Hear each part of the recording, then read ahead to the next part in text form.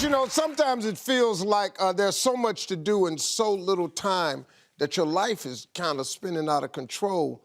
My next guest, Felicia, says that that's what's going on with her. She's going through this as a single mom, trying to raise 2 kids and maintain a demanding career. That's why I brought back the master of finding work-life balance, my friend and New York Times bestselling author of Essentialism, Greg Mckeown. Yeah. All right, so Felicia, tell us a little bit about your struggles. Okay, well, I'm a single mom, 2 children, and in order to position myself to better take care of them, I went to school. I got 2 master's degrees, and I wanted to set an example for them, and also, thank you, show them the value of education as well. And the thing about it is, the problem comes that I find myself often overstretched and stretched way too thin. So I miss out on a lot of things in their lives. They're going to be out of high school, well, one's going in, but out of high school soon, and I want to enjoy them while I still have them with me. Okay, what do you do for a living? About 2 years ago, I was promoted to Chief of Staff to the Common Council President for the City of Buffalo. So with that became a lot of responsibility, which was new, like evenings, meetings, weekends. And because my boss is really on call and available to the community 24/7, it makes me have to be available to him 24/7. So it's rough. My baby girl, she had a school play a couple months ago, and I said I'm going to try my very best to get there.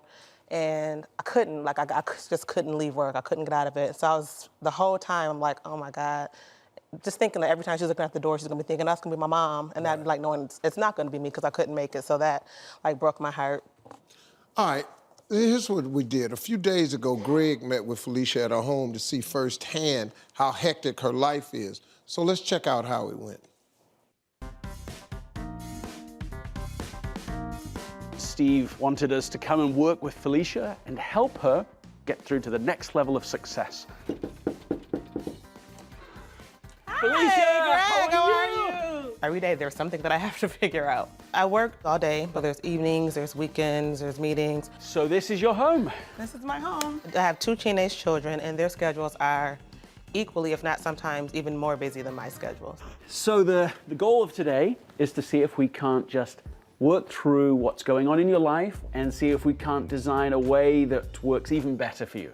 It's important to be in Felicia's home to be able to understand who she is in her real environment. How is life working for you? Like, is it working? I'm more trying to make it work, but it's not quite working. What is working for you? I love my job. I mean, I love the things that I do. It's just some days it just kind of feels like I don't know if I'm coming or going. I'll forget something very routine that I have to do just because I'm so overloaded, so overwhelmed. You got a great job, great kids. I have great kids, but I don't see them. The challenge is that the success part, the work part, is overwhelming the family part. What happens if you don't make a change? I don't know, I'll just crash and burn, I feel like. I really want Greg to help me gain some balance so that I can still get done what I need to get done, but maybe shave off some things that don't necessarily have to be done. When your mother is sacrificing, you know, she's working hard, what evidence do you see of it taking a toll on her? After she drives me home from dance, it's like 11 something at night, and I'll get out and she'll be in the car asleep. You'll be asleep in the car? Yeah, my grandmother would be like, where's your mom? I'll be like, oh, I think she's still in the car. I'll go outside and she's asleep. On average, what do you think you're getting sleep-wise? 5-6 hours, so not too bad. Not too bad. It's easy for people to believe that 1 hour's less sleep equals 1 hour more productivity. But what you actually get is 1 hour less being really present for the whole day. Is she able to come to everything that you do, or does she sometimes miss the things? Sometimes she misses stuff. And how do you feel when these things are going on? I feel annoyed. What do you want for her? I want just for her to be happy. What's most important to Felicia is living deliberately so that she can really focus on these moments with her children and be there in the now. I'm saying the obvious thing, you're a success. You've got a great job, you've got great children. But sometimes success isn't a great teacher. Right. I just have a series of exercises that I think are going to really help Felicia to be able to design a life that really matters.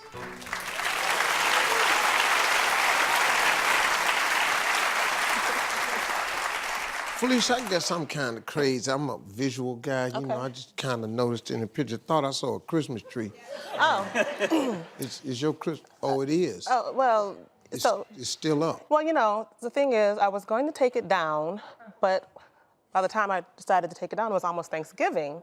So I said, we might as well. Christmas is coming right When around. you got ready to take it down, it was almost Thanksgiving. Well, when I had time to even think about taking it down. But you see, here's the thing, is that there's the Christmas trees, literal Christmas trees, but then there's the other kinds of Christmas trees in our lives that are things that we've just got so used to being there that we don't even see them anymore. That's true. Yeah, that's what it is. Greg got through his assessment. Up next, he's walking Alicia through the practical steps of essentialism, and we'll find out if she can make a full turnaround when we come back.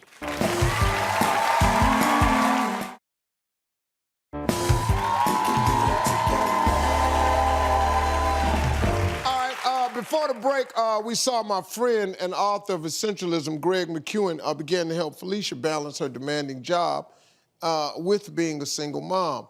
The challenge was daunting, but Greg wasn't going to let her back down. So let's check it out.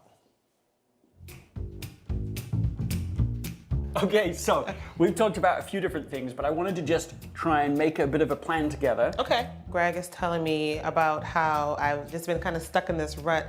Him calling attention to it is like really a wake-up call. Over here, the problem that's driving this is the fear of missing out. Have you heard about that before? FOMO? No. We're just so full of this old way of thinking. You know, everything's important. The life of a non-essentialist looks like this. My days look like that sometimes. So therefore, my task in life is to figure out how to make it all fit. What would the few things be that you really want to invest your time on? I would choose to make my children a home-cooked meal. To have somebody present you with more choices. It may seem a little small, but it really resonated with me. When I look at this, the thing that is so clear to me is that what you need in your life is more buffer. More buffer. Do you know what I mean when I say that? I don't. Rather than just tell you, I want us to learn about it together. All right. Felicia is now ready for the next exercise. She's ready for the next level of learning, and it's going to be great.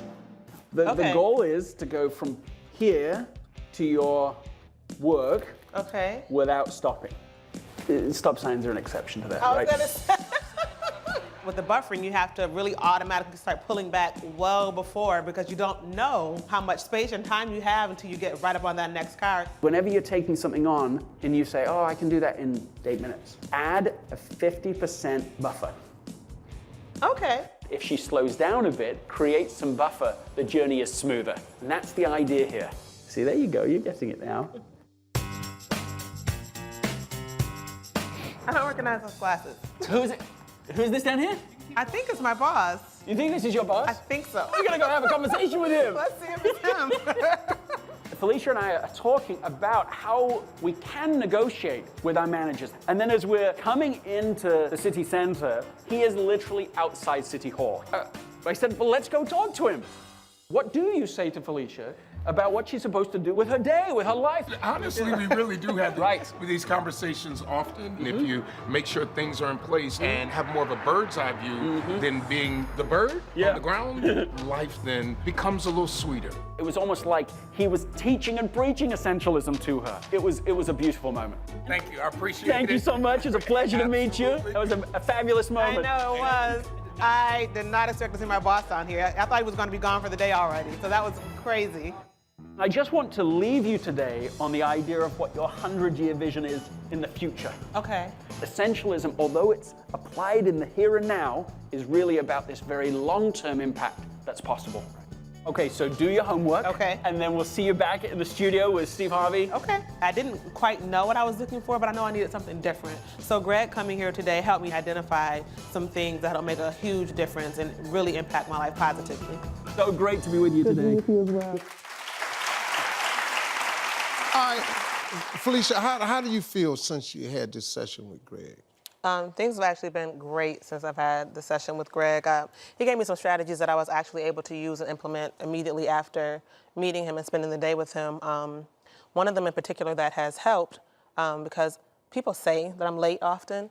Before I would just leave out at that exact time to give me that exact amount of time. But he taught me to put a 50% buffer time in there. So you take an additional 50% and add to that time and give yourself that much time because, you know, so many unforeseen things can happen. So I've been using that, and it's really been useful and great. Yeah. Wow. Hey, Felicia's kids are in the audience. Jai and Janiyah, welcome to the show.